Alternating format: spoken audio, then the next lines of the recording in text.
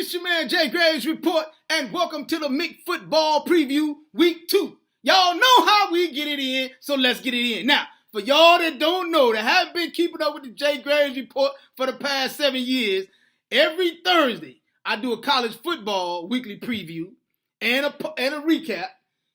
Now that I'm adding high school football to the mix, it only makes sense to do a high school Mick football preview. So this is week 2. Let's get right into it. Now, every Thursday, make sure you check your boy out. Now, here's the deal. First ball game, we got Brownsburg going over to Lawrence North to play in the Mick, to play in the new stadium. They got new digs over there at Lawrence North. Now, Brownsburg comes off of a huge win last week. They go down to Bloomington South, beat the doors off Bloomington South 51-14.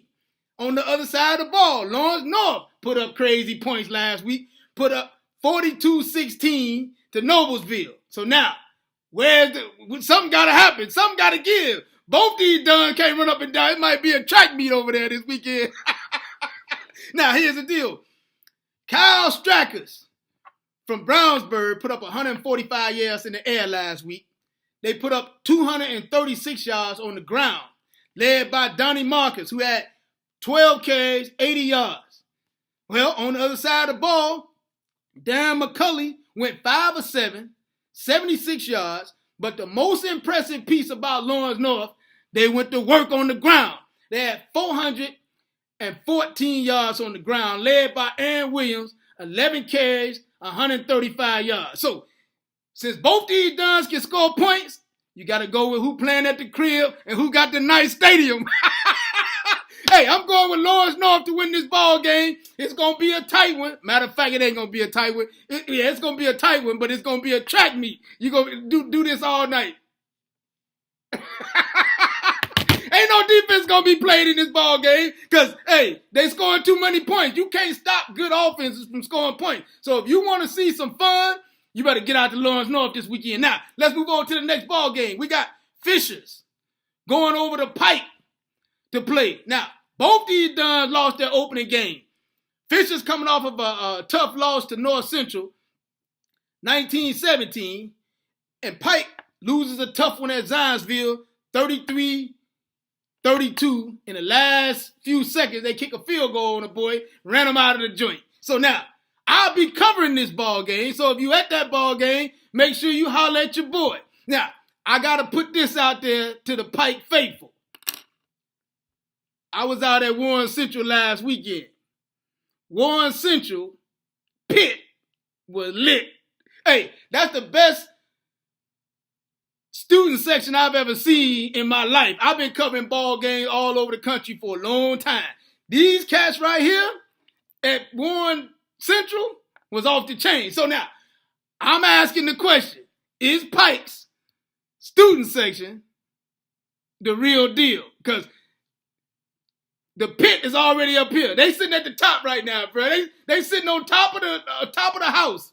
Now everybody else is battling for second place unless Pike can come in and do some work. Now I'm going with Pike to win this ball game at the crib because that was a tough loss. They played that game very well last week, but lost it right at the end. So I'm going with Pike because they at the crib. As a matter of fact, all the Mick teams are at the crib this weekend. So you might get a little don't get confused. I'm just keeping it real with you. Now, let's move on to the next ball game. You got Hamilton Southeastern, better known as HSE, going out to play North Central.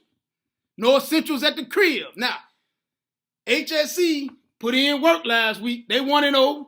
They went up to Kokomo, beat the doors off Kokomo 24-2.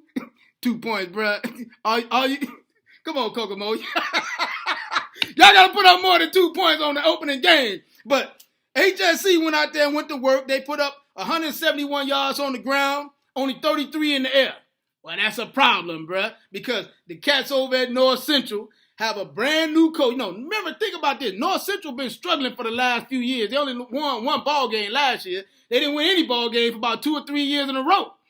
Then all of a sudden, somebody got a brain trust. Hey, let's go up and get Coach O'Shea from Lafayette Central Catholic. The Dunn comes in the spring. In 9 years at Central Catholic, he was 114-10, bruh. won 5 Class A championships in 9 years. So they got the right one. He's come in, already won the first ball game, so now everybody over there is confident.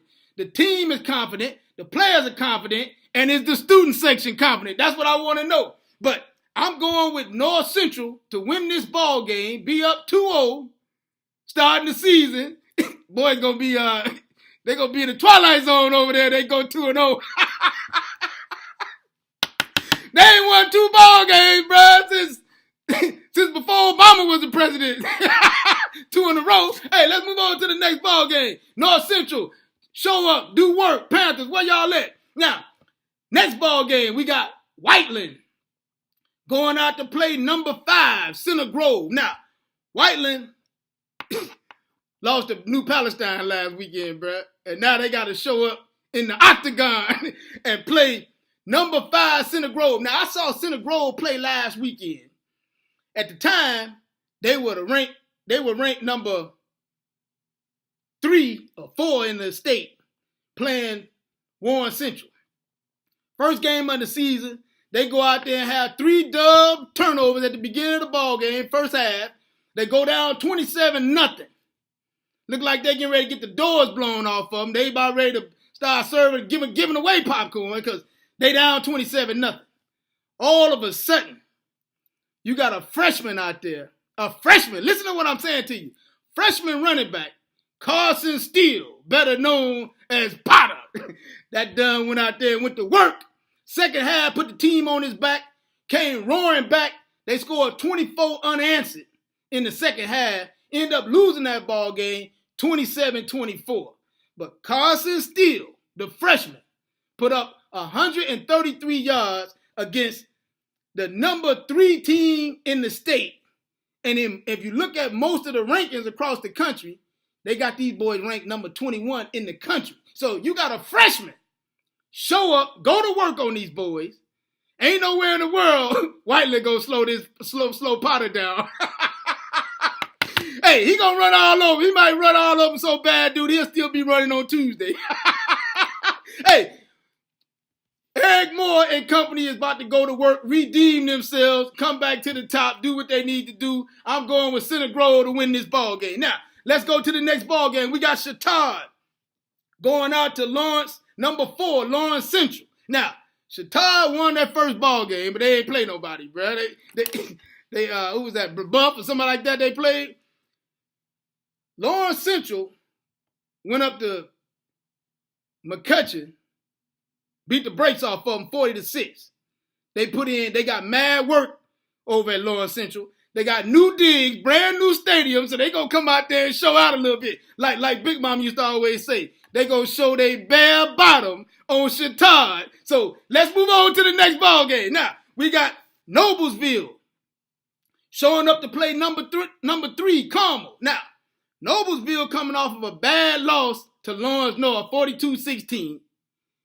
Carmel, 0-1, coming off of a bad loss to Louisville Trinity. Now, last week, going into the season, week 1, Carmel was ranked number 1 in the state. They went down to Louisville Trinity and walked across the street without looking both ways, bro. They got beat 31-3. Got the doors blown off of them. Woke them up. Now they back at the crib. They only lost 2 spots in the rankings. They went from number 1 to number 3.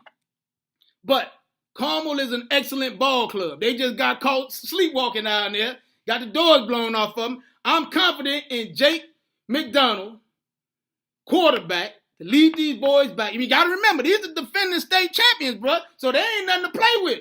They just happened to get caught, walked out in the street with their eyes closed, and got beat. That's what it is. That's what happens. But now, they can come back, redeem themselves against Noblesville, put up crazy points, and it is what it is. Bo Robbins, defensive end, junior, everything. He gonna make sure that happens. Bo, make sure that happens, bro. Hey, now let's move on to the next ball game. Now we got Louisville Trinity, the same Duns that beat the brakes off of Carmel, going to Warren Central this weekend to play number 2 Warren Central. Now, Louisville Trinity can do something amazing. That means they could actually come in beat the number 1 team week 1 and had a potential to beat the number 2 team in week 2 in Indiana. You can't let that happen, bruh. That's going to make Indiana look bad. So I'm confident that Warren Central is going to do work because they at the crib and they got horses all over the field, bruh. I'm just saying. Horses are, and the lead horse, the lead thoroughbred over there is David Bell. Now, last week, David Bell put up 6 catches, 150 yards, 2 touchdowns in the first half, bruh. I think he ended up with like 181 yards. Made it look easy. So I'm going with Warren Central to redeem the state of Indiana, keep us from looking bad out there, bruh. Beat these boys at the crib in a tight one. Now, let's move on to the next ball game, to the big ball game. We got number 7, or depending upon what rankings you look at, number 6, Avon, showing up to play the number 1 Ben Davis Giants, the 32nd ranked team in the country. These boys got horses all over the field. Now, Avon is the real deal. Avon went down the playing field last week, beat the doors off playing field 58-32. They put up Cameron Misner, quarterback, put up 367 yards on these boys last week. They rushed for 162 yards. They had a cat toting a rock for Avon. Get this. A cat named Samson James. Now, anytime you got a darn named Samson toting a rock, you got problems, bruh. He might be the real deal with a name like Samson. I love that name, toting a rock. He had 14 carries for 141 yards, bruh. Hey, but on the other side of that, Samson got to run into a cat named Sir Zion Dance. Now, hey, Sir Zion Dance, that's a superstar's name. I told his mama that the other day. You cannot be a football player named Sir Zion Dance and not be a stud. Wearing number 1, real deal. Hey, it's going to be a problem. You got Samson against Sir Zion. Hey, if you not in the building to see that, something wrong with you, bruh. Zone in on that matchup because it's going to be a problem. But now, the Ben Davis Giants are led by quarterback, everything, Reese Taylor. Hey, IU commit. The Dunn went to work last week real quick. He was 12 or 14 for 89 yards against Tech. They went out there and put 49 points on the board against Tech in the first half and then unloaded the bench. They played so many Dunns last week, they still running cats off the bench. Ben Davis is the real deal. Then you got Johnny Adams. Went to work on these boys. Ball State commit. Had 5 carries. 113 yards. Hey, he keep playing like this, Ball State might not be able to secure him. I'm telling you. And then you got Joey Pierce. 6 carries. 73 yards. Hey, it's your man Jay Graves Report. I'm going with the Ben Davis Giants to put in work against Avon, but that's going to be a good game to watch. I wish I was covering that one this weekend, but I got to make my way around the mix.